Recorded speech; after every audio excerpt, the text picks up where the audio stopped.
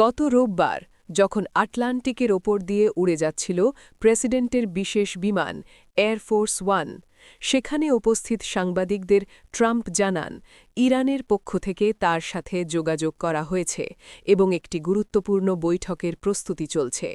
কিন্তু প্রশ্ন উঠছে, হঠাৎ কেন এই সুরবদল?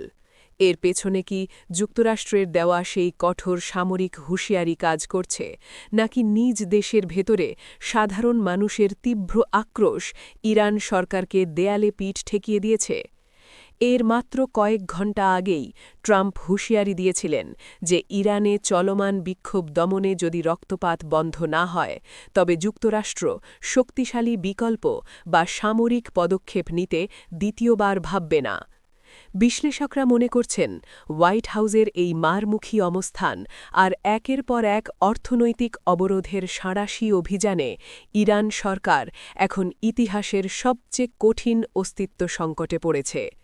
তবে এই খবরের আসল প্রেক্ষাপট কিন্তু ওয়াশিংটনে নয়, বরং লুকিয়ে আছে তেহরান, মাশহাদ আর ইস্ফাহানের ধোঁয়াটে আর রক্তাক্ত রাজপথে।